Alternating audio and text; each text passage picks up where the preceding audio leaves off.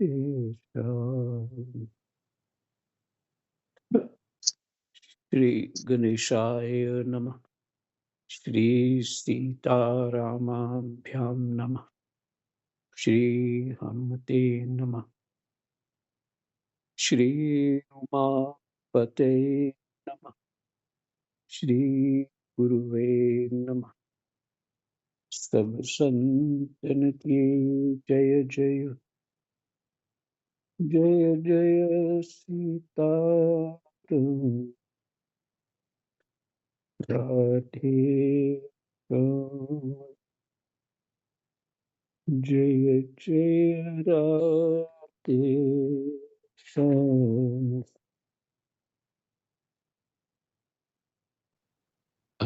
दशम स्कंद 87वां अध्याय श्लोक नंबर 20 से पाठ शुरू किया। कृष्णाय वासुदेवा हरये परमात्मने प्रणतः क्लेशनाशा गोविन्दाय नमः।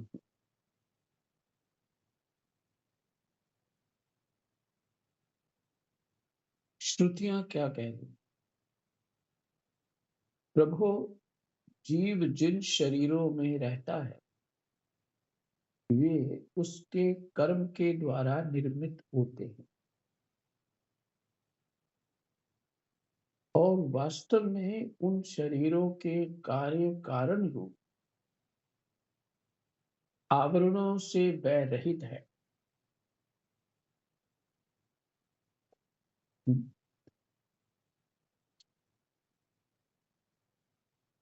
प्रभु, जीव जिन शरीरों में रहता है वे उसके कर्म के द्वारा निर्मित होते हैं।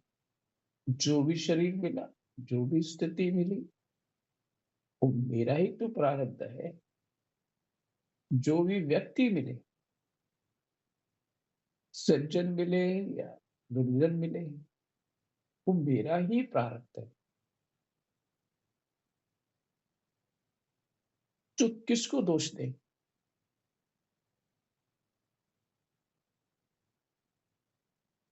तो वास्तव में उन शरीरों के कार्य कर्म है। कारण रूप कार्य और कारण रूप आवरणों से वह रहित है। इससे ये वाक्य पूरा होगा आगे चल के। क्योंकि वस्तुतः उन आवरणों की सत्ता ही नहीं।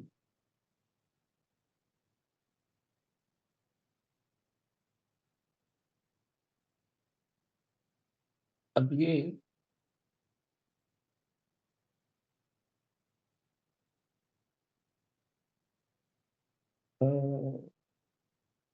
बृहस्पति के पुत्र है कच्छ। कच्छ कच्छ नाम है। वो अपने पिताजी के पास गए तो प्रणाम करके बोले कि मुझे जो ज्ञानी लोग हैं जिस तत्व को प्राप्त करते हैं उस तत्व को मुझे प्राप्त करना।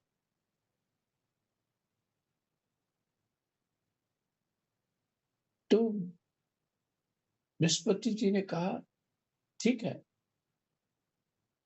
बड़ा सरल है। अच्छा, क्या करना होगा? त्याग कर दो।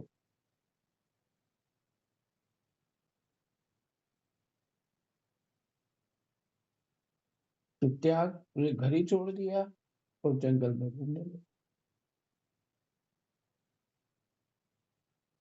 फिर त्याग किया तो कुछ नहीं हुआ। फिर साल 2 साल बाद आ गए, फिर कुछ अनुभूति नहीं।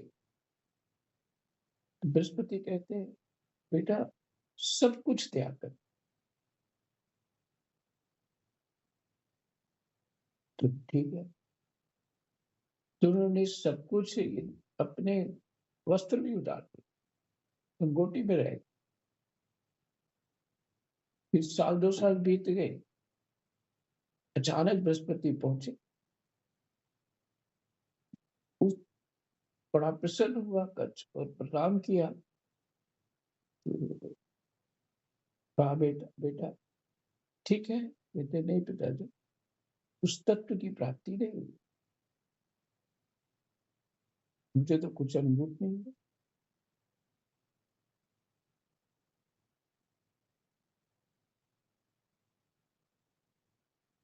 तुमने कहा नहीं। यहाँ पे बात आई चित्त से त्याग, थोड़ा मुझे भूल रहा है बीच में। तो अपने जो चित्त में चल रहा है वो सब त्याग करो।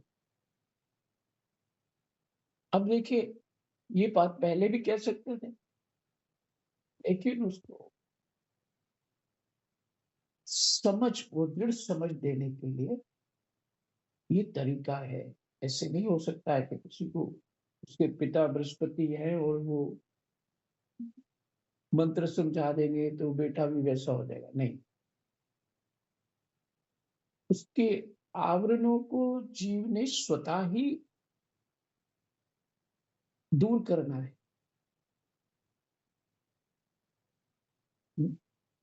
इसमें कथा वो सारूप में नहीं पूरी बता रहा, मैं इतना ही मैं इसमें यहाँ हमने देखा।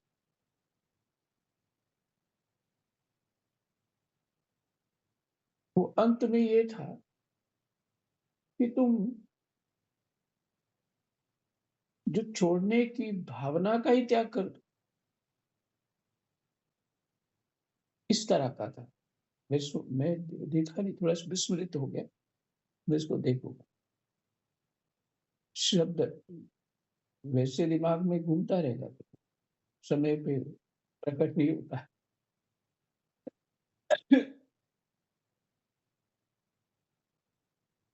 तो यहाँ पे शब्द है, आवरणों की सत्ता ही नहीं। जैसे स्वप्न में किसकी सत्ता है? और हमें सब अपने मित्र की भी सत्ता दिखती है, शत्रु की भी दिखती है, अपनी भी दिखती है, सब कुछ जो है, जो अनुभव होता है, हाँ, सबकी सब, लेकिन होती किसी की नहीं। स्वप्न होता है, मात्र एक कल्पना सा मन में उठता है, वो निर्माण कर लेता है, मन निर्माण कर ले स्वप्न। तो इस दृष्टि से यहाँ जो इस जगत जो हमारा है, उसमें स्पष्ट कहा है ना, ये मोह निशा है, ये मोह निशा है। और इस निशा में नहीं, इस रात्रि में सभी सो रहे, मैंने स्वप्न रहे, ये करूंगा, वो करूंगा, ऐसा करूंगा, वैसा करूंगा, जितनी भी कल्पनाएं हैं हमारी, वो सिर्फ चित्त वृत्तियां। और बुद्धि सो जाए तो चित्त वृत्तियां खत्म। तो फिर किसने आवरण किया?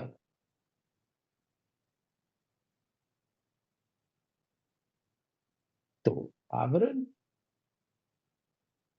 अज्ञान में सारा ही आवरण दिखता है, और अज्ञान से ही हटना है हमको।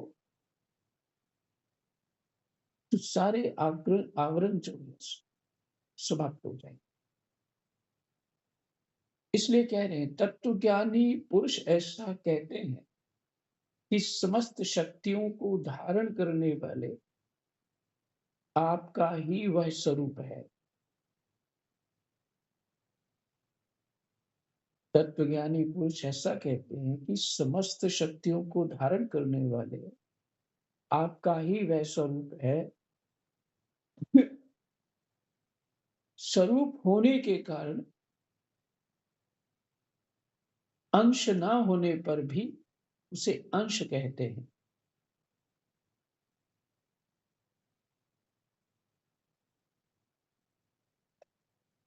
और निर्मित ना होने पर भी निर्मित कहते हैं। इसी से बुद्धिमान पुरुष जीव के वास्तविक स्वरूप पर विचार करके परम विश्वास के साथ आपके चरण कमलों की उपासना करते हैं।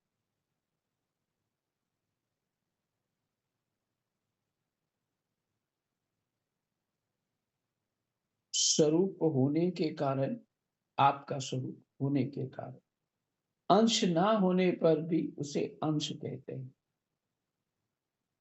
ये गहरे चिंतन है ये ना, ये तो वेद स्तुतियां कह रहे, उनसे बढ़कर कोई नहीं है। और वेद स्तुतियों की बात समझना बहुत कठिन, बहुत कठिन है। अपने आप को उस स्थिति पे लाना है, अपने चित्त को इतना सात्विक कर देना है ताकि बात समझ में आ जाए। और चित्त हमारा इधर उधर जा रहा है, और अभी ये भी करना है, वो भी करना है, पाठ भी सुन रहे हैं, कैसे समझ में? कोई बात रह गई तो पता नहीं अगले साल दोबारा मिलेगी पाठ करने पे, ये कब मिलेगी, 20 साल बाद मिलेगी, तो फिर समझ में आए। तो 20 साल तो लग गए एक ही बात को समझते। कोई ऐसी बहुत सारे पॉइंट्स होते हैं, मैं आपको कहा कई बार पढ़ा। और देखो, दशम स्कंद ने आनंद देती है स्वाद, तो मैं हमेशा एकादश पे ही रहता, बार बार इसको पढ़ना, तो ये बहुत अच्छा है एकादश स्कंद।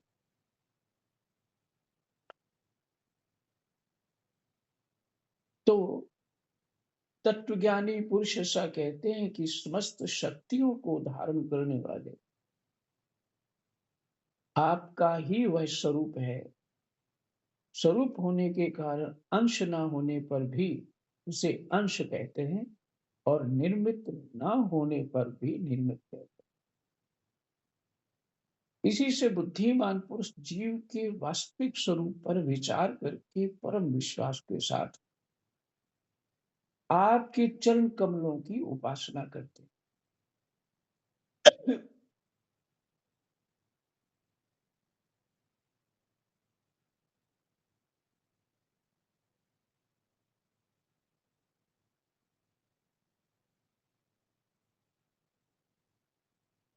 क्योंकि आपके चरण ही समस्त वैदिक कर्मों के समर्पण स्थान और मोक्ष स्वरूप है।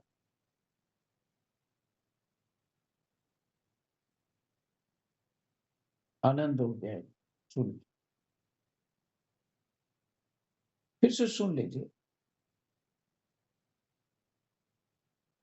जीव जिन शरीरों में रहता है वे उसके कर्म के द्वारा निर्मित होते हैं, इसलिए कोई शिकायत किसी से कुछ नहीं शिकायत बनती।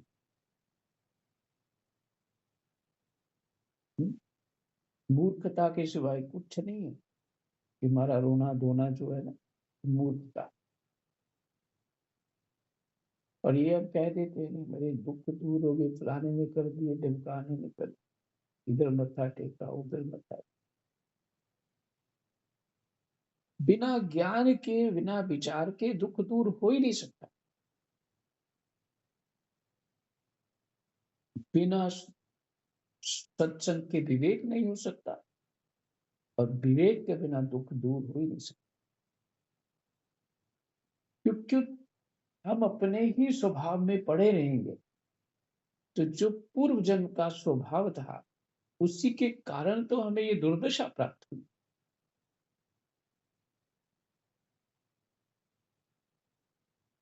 और अपने स्वभाव को ही पुष्ट करते रहना इस जन्म में, अपने अहम, अज्ञान रूपी अहम को ही पुष्ट करते रहना, अपनी इमेज को पक्का करते रहना, मूर्खता नहीं तो और क्या है।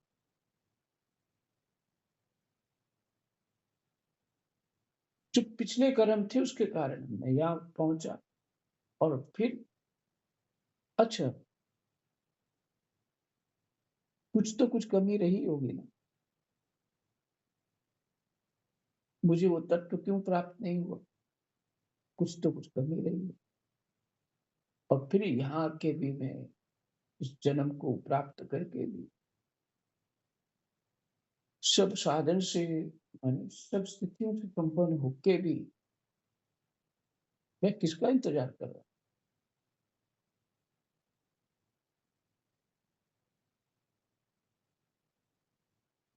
कौन सी ऐसी स्थिति है ठीक होने पे बस कि फिर मैं निश्चिंत हो जाऊं?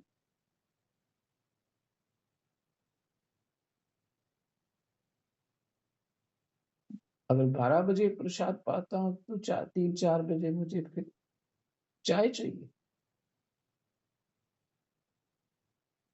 और उसके बाद फिर शाम को चाहिए कुछ। फिर उसके आप जानते क्या कि मैं इस चक्र के अधीन हूँ। मैं तो अपनी मर्जी से चल ही नहीं पा रहा।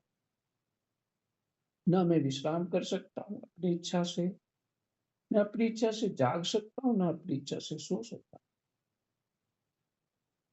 शरीर थका देता है, मुझे नींद आ जाती है। शरीर में बल होता है तो थोड़ा कुछ कार्य कर पाते हैं। तो इस जो अज्ञता का अहम है हमारे अंदर, उसको मैं पुष्ट करता रहा। देवताओं को पूज के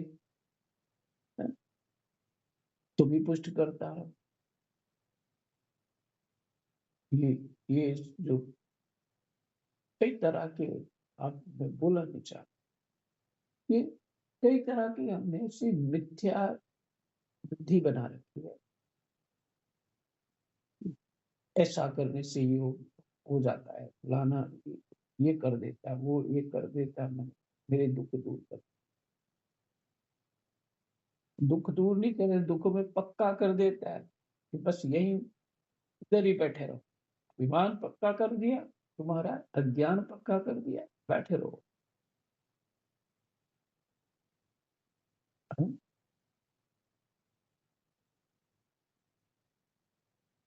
बैठे रहो मतलब वैसे ही जन्म फिर आगे वाले हो जाए।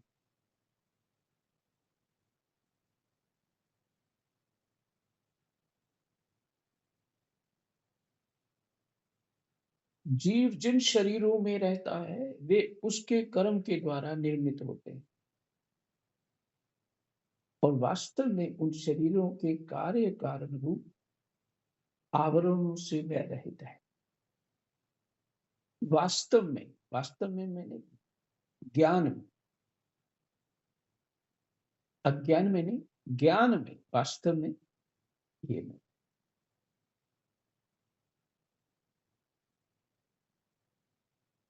कार्य कारण रूप आवरणों से वह रहित है क्योंकि वस्तुतः उन आवरणों की सत्ता ही नहीं।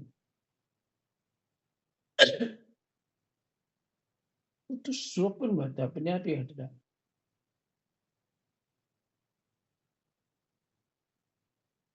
लेकिन ऐसा कोई नहीं, स्वप्न स्वप्न से तो जागना तो पड़ेगा ना। स्वप्न से जागना पड़ेगा तभी स्वप्न का जो खेल समाप्त होगा। तो गोस्वामी जी कह रहे हैं,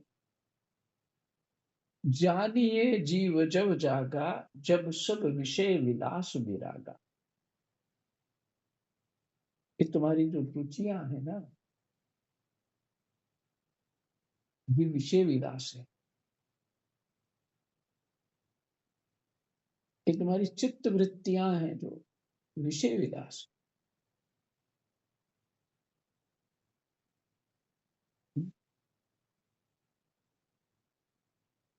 सेवा हमको नहीं बांध रही। जो प्रकृति ने शरीर को धर्म दिया वो हमको नहीं बांध रहा है। हमारी वृत्तियां,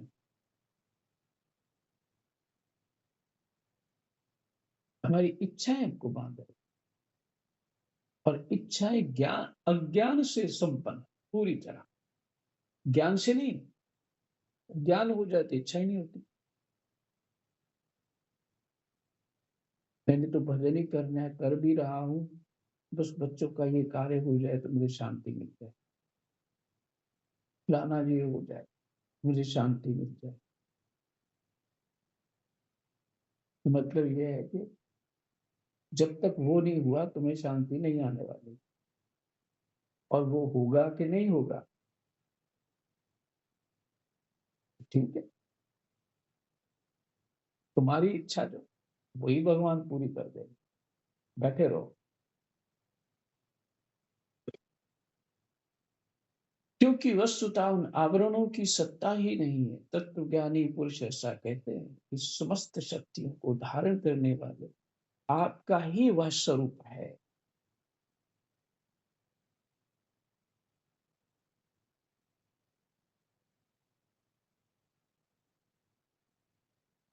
स्वरूप होने के कारण अंश ना होने पर भी उसे अंश कहते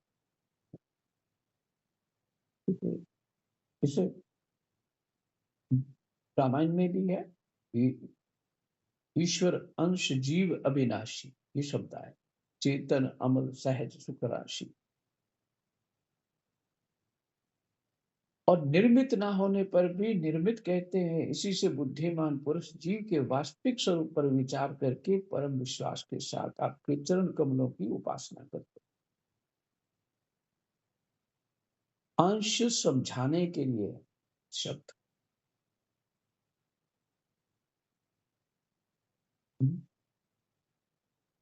अच्छा, समुद्र कितना बड़ा है? और समुद्र में कोई नाम दिए, बंगाल की खाड़ी है, ये अरब की खाड़ी है, फलानी खाड़ी है, ढमकानी खाड़ी, ये नाम दिया।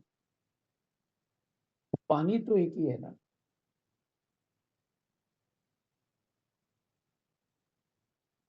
ये बात समझाने के लिए अंश कहा है कि मैं भी वही हूं। इन भावों को जो आचार्यों ने भाव दिए उनको पुष्ट करने के लिए इस तरह से समझाया गया। इसीलिए वो सब विचार जो हो, तत्वदर्शी जिन विचारों में जिस ढंग से चिंतन करते हैं उसकी पकड़ होगी, तब एक एक शब्द समझ में आए वो क्या कह रहे। एक बार उनसे बात हुई थी, विजय ठाकुर जी से। मेरी माँ ने क्या किया, अब मुझे पूरी तरह याद नहीं मैंने क्या किया, छोटा था। तो मुझे कहती है उंगली करके, नहीं, इन्या नहीं करना। मैंने डोगरी शब्द है, इन्या नहीं करना, अरे ये ऐसे नहीं करना। तो मैं विचार करने लगा, कोई महत्व नहीं दिया उस चीज को। ये तो रोज ही कहती रहती, ये नहीं करना, वो नहीं करना, ऐसे नहीं। तो ठीक है। अब देखिए वो मेरे ख्याल है वो बात कोई 45-50 साल पहले की है। अब मुझे वो समझ आती कि उसके अपने जीवन के एक्सपीरियंस जो था, पूरा अनुभव, उसके आधार पे उसने मेरी मुझे उंगली से कहा कि ऐसे नहीं करना। उतने एक्सपीरियंस था उसका। तो मैंने विचार, मैं उस समय कुछ कर रहा था, याद नहीं है। तो वो उसने ऐसे बोला, तो मेरे को ये लगा तो साधारण बात, पर 45 साल बाद समझ में आएगी बात। इसलिए जो उसमें पारंगत हैं, जिनकी जिनकी ऐसी स्थिति है तत्वदर्शियों की, उनकी एक बात को समझना सरल नहीं, स- सरल नहीं। कोई छत पे बैठा ऊंची जगह पे, वो कहेगी यहाँ दृश्य बड़ा अच्छा लग रहा है, ये सुंदर लग रहा है, वो सुंदर, और वो फोन कर रहे हैं मेरे को, छत पे बैठ, मैं नीचे बैठा हूँ। मैंने कहा हाँ, और सुंदर हो, मैं अपनी कल्पना से सुंदर समझूंगा, कि कितना सुंदर होगा ये है वो। मैं अपनी कल्पना से, सुंदर कितना सुंदर। पर एक्चुअल में वो सुंदर कहने वाले की बुद्धि कैसी है, उसको दृश्य क्या अच्छा लग रहा है, वो पूरा-पूरा नहीं मैं जान सकता।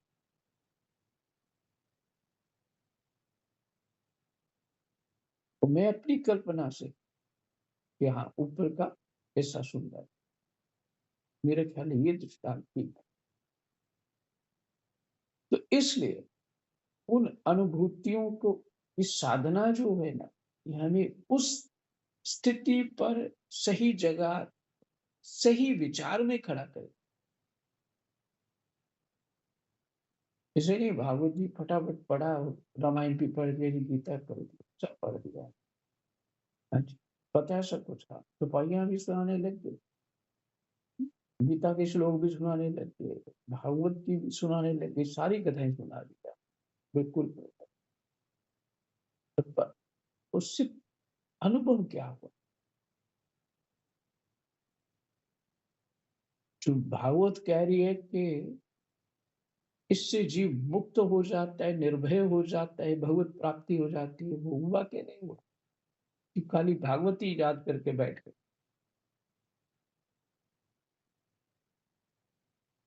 गीता जी ने जिस तत्व का प्रकाश करना था वो हुआ कि नहीं हुआ?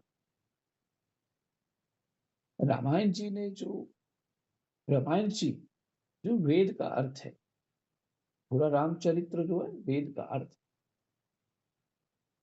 उसकी समझ आई कि नहीं आई?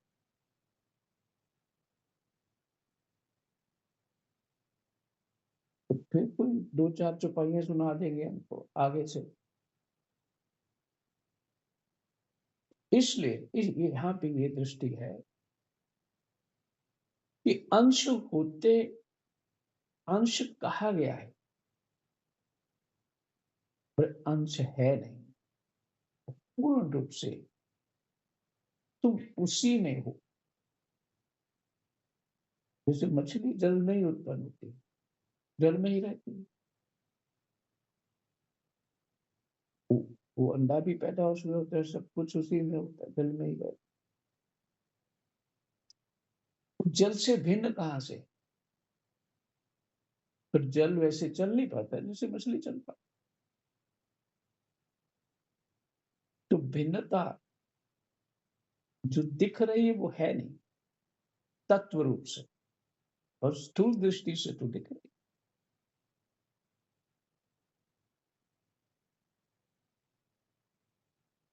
इसलिए निर्मित ना होने पर भी निर्मित कहते हैं। इससे बुद्धिमान पुरुष जीव के वास्तविक स्वरूप पर विचार करके परम विश्वास के साथ आपके चरण कमलों की उपासना करते हैं। कौन? तत्व ज्ञान। आपके चरण कमलों की उपासना करते हैं तत्व ज्ञानी। ये नहीं है कि तत्व ज्ञान हो गया तो भगवान की उपासना छोड़ दी, बस जी कल्याण हो गया मेरा, तो भगवान की भी जरूरत नहीं।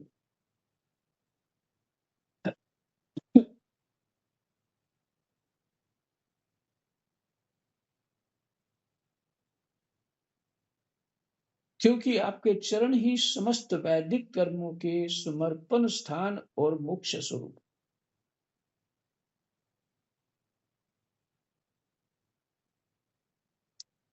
आपके चरण ही समस्त वैदिक कर्मों के समर्पण स्थान और मोक्ष स्वरूप। इसमें श्लोक दिया है नीचे, मेरे परमानंद स्वरूप स्वामी, मैं आपका अंश हूं, अपने चरणों की सेवा का आदेश देकर अपनी माया के द्वारा निर्मित मेरे बंधन को निवृत्त कर दो। पर ये श्लोक कहाँ का है ये नहीं पता।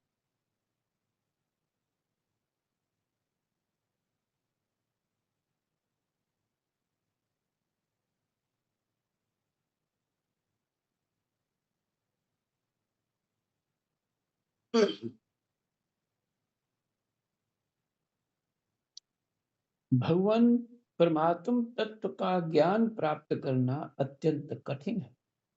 श्रुतियाँ कह रही। उसी का ज्ञान कराने के लिए आप विविध प्रकार के अवतार ग्रहण करते और उनके द्वारा ऐसी लीला करते, जो अमृत के महासागर से भी मधुर और मादक होती है। आपकी लीला मधुर और मादक होती है।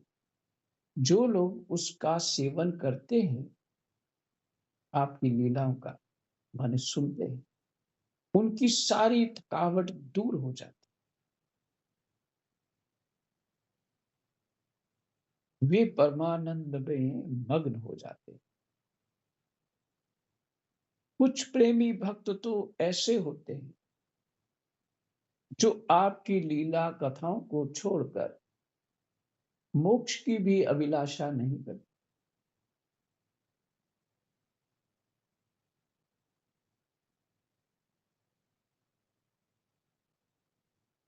स्वर्ग आदि की तो बात ही क्या है। वे आपके चरण कमलों के प्रेमी परमहंसों के सत्संग में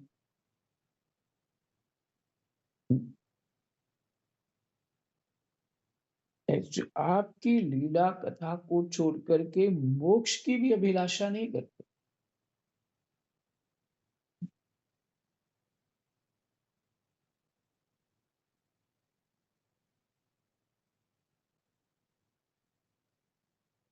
बार बार वर मांगी, हर्ष दयो श्री रंग, पद सरोज अन पायनी, भक्ति सदा सत्संग।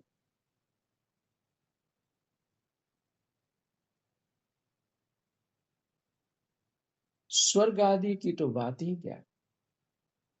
वो तो कुछ नहीं समझते, कुछ समझते, क्योंकि स्वर्ग तो जाएंगे तो क्या देह की पुष्टि होगी ना।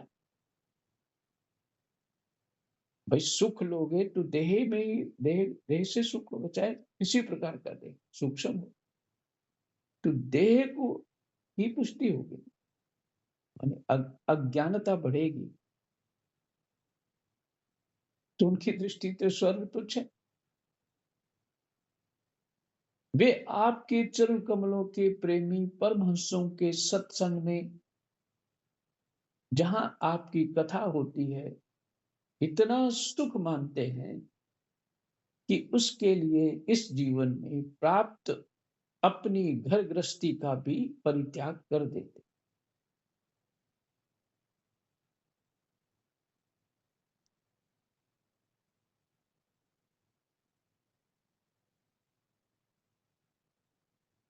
यही विश्राम करते हैं या और करना।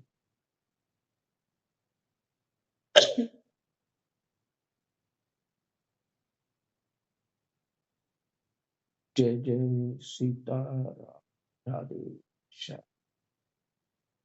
कृष्णाय वासुदेवा हरे परमात्मने प्रणत क्लेशनाशाय गोविंदाय नमो नमः। जय